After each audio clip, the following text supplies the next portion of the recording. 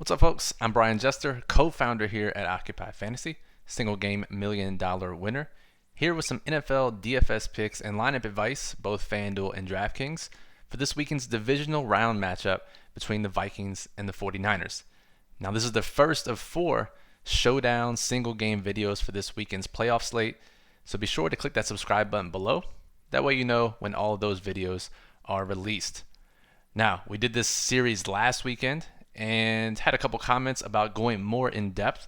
So that's what we'll do here. So we'll make this maybe 10 to 12 minutes and talk about some key statistics and injuries and lineup strategies for this game. Now, full detailed lineup advice for this game as well as the other games this weekend can be found on occupyfantasy.com in our divisional round NFL daily plug. So go check that out when it's up and when you're done with this video. So let's start here. So this is the first game of the weekend, 4:35 Eastern on Saturday. And the total has been bet down since it's opened at 45.5 points. It's now down to 44. And the spread has held steady at San Francisco -7. So let's start with low risk, like we always like to do in these videos. And if you've been around before, you know that in our low risk lineups, what we like to do is try to jam in the touchdown scores from both sides of the ball and try to lock up all the touchdowns in the game.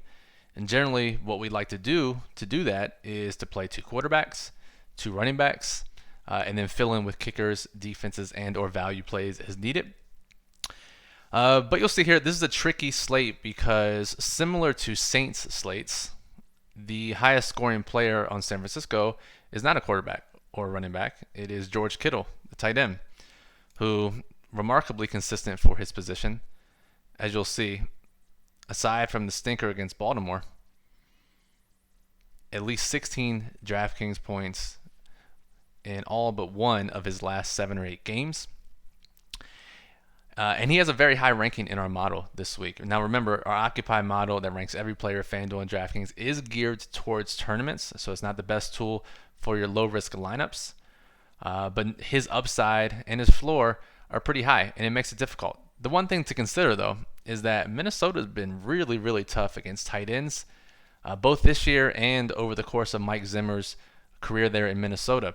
So this year alone, they've allowed just 1 touchdown to the position, and that's despite facing some pretty good tight end competition. A lot of times, tight end versus defensive metrics can be skewed by the opponents, but Minnesota has played Evan Ingram, Hunter Henry, Travis Kelce, Darren Waller, Zach Ertz, Dallas Goedert, like the who's who of tight ends. They've allowed just 1 touchdown this year to tight ends. Over the last 3 years, they've allowed just 7 to the position. So that's over 48 games. So if you're looking for a reason to fade Kittle in high risk contests, there's your reason. Now in low risk, it's tough to leave him out, and I think that's why we'll end up having more high risk allocation on this slate. Because here's how it looks. If you tried to jam in just right off the bat the running backs and quarterbacks from both sides, Garoppolo, Cook, Mostert, and Kirk Cousins, let's take a look. That leaves us $2,600 per player on DraftKings.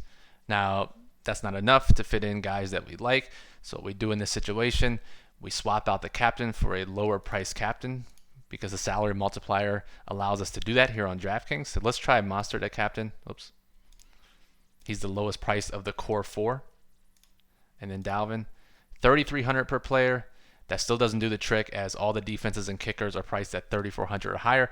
So what we'd have to do, and this isn't a bad thing, especially in a lower total game, you can go with the 49ers defense in your captain spot and pick these 4 core in your flex and then fill out with 1 remaining player. But again, by doing this, we leave out Kittle, who has the highest floor and highest ceiling of the group. So makes it tough, and you have to make a decision on which of these 4 do you remove for George Kittle. And if you remove one of the lower price guys like Mostert, you still can't fit in the defenses or kickers like you'd want. So it's really difficult. Now, of course, on FanDuel, it's even more difficult. Let's hop over there really quickly. Because as you look, those core 4 plus Kittle are literally the highest priced guys on the slate. And FanDuel does this pretty frequently. So it's actually impossible to fit these four or some combination of these four into your low risk lineup. And there's no glaring value in the 5K range to fit those guys in. So on FanDuel especially, you'll be going with a high risk approach for this single game slate. All right, let's talk about high risk and let's talk about some different players, some statistics, some injuries. So let's talk about Raheem Mostert, because this game with a 44-point total is below that 47-point mark that we look for to figure out if we want to use receivers or running backs in our captain spot on DraftKings in high-risk contests. So with it being a lower total, running backs are the way to go. And Raheem Mostert is the lead back for San Francisco, home favorite running back in a good spot. Definitely interesting, though, because he's had more than 15 carries just once over the last 6 or 7 weeks when he's been the lead back. But he has a touchdown in each of those games. Pretty impressive. And while it seems unlikely, he does lead the team in red zone opportunities over that span, but it's not like he's getting a ton. 1, 2, 3, maybe 4 opportunities per game. And the fact that he's converted on every single one is a testament to his ability and to Kyle Shanahan's scheme, but it's also a testament to he's probably facing some negative regression here shortly. Not a running back can't score in every single game, especially when they're getting 10 to 15 touches. So because of the historical value of the running back position in captain spots in high-risk contests and low total games, Mostert is worth a play.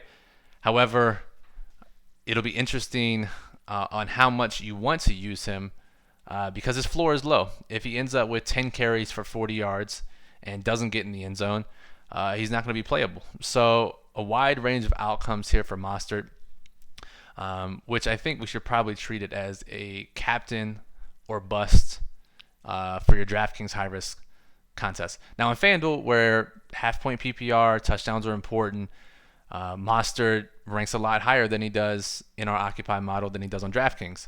So he's worth using more over there than he is here. Any other guys? Oh, I want to talk about the San Francisco receivers. So Emmanuel Sanders, DEEBO Samuel, last 3 weeks of the regular season when these guys were playing, 14 targets for each of them. But Emmanuel Sanders actually had 90 more air yards, despite the opportunity, the deeper passes. It was DEEBO who scored 28 more PPR points than Emmanuel. Now, DEEBO, the 6 rushes he got over the last 3 weeks helped his floor. He scored 2 rushing touchdowns in the last 2 weeks of the regular season, so certainly helps him out there. But the perception, especially looking at box scores, DEEBO's fantasy points versus Emmanuel, DEEBO's going to be a lot more popular. Let's look here. So you look here at DEEBO. People just box score watching 27.5, 15.9, 4.7, 15.9. If we go to Emmanuel, and again, DEEBO is $1,000 more. 5.5, 9.1, 2.9. People are going to be off Emmanuel Sanders. And we saw this, if you've seen me on my personal account tweet about the FFPC playoff challenge. It's a big playoff league where you pick a lineup at the beginning of the playoffs and you ride that lineup throughout the rest of the postseason, and you can only pick one player per team. DEEBO was 3 to 4 times higher owned in that contest than Emmanuel was. And I think that is going to translate, at least in this first single game slate and the 4-game slate on the weekend as well. Despite similar opportunity, DEEBO is going to go way higher owned. So I think that creates some leverage for Emmanuel Sanders, especially in high-risk contests, especially on DraftKings as a high-risk captain. All right, let's hop over to the Minnesota side really quickly. Dalvin Cook missed some games at the end of the year, resting his shoulder, was back to his normal workload in the first round of the playoffs in that wild card matchup with New Orleans. 80-20 workload split between he and Alexander Mattison. So Cook's back to his lead role. He's a top play in our model, game script proof. He's the ultimate running back and captain high-risk play this week. 2 injuries to make note of for the Vikings. Stefon Diggs has the flu. He's not listed on the final injury report. He should be good to go. Not concerned at all. Adam Thielen had a big game last week. He is listed as questionable. However, as we said on our podcast, and if you're not subscribed, definitely go do so in your favorite podcast app or here on YouTube. Talked about Thielen's injury being a laceration, had to get stitches. Didn't practice in the last practice before the game there on Thursday. However, sounds like the stitches should hold. Glue potentially, tape it up. No issue of missing a game. Actually, this is a lot better news than if he sprained his ankle in practice. So expect a full workload for Adam Thielen. All right, last topic of discussion before we get out of here. FanDuel high risk contest where you have to use more of quarterbacks because of the scoring, and you have to use more running backs. All these in your MVP spots.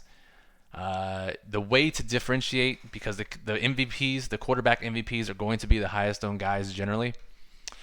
How you differentiate is leaving salary on the table, and so we look for guys in this 5 to 6K range that can help us, that could potentially outscore guys in the 7 to 9K range.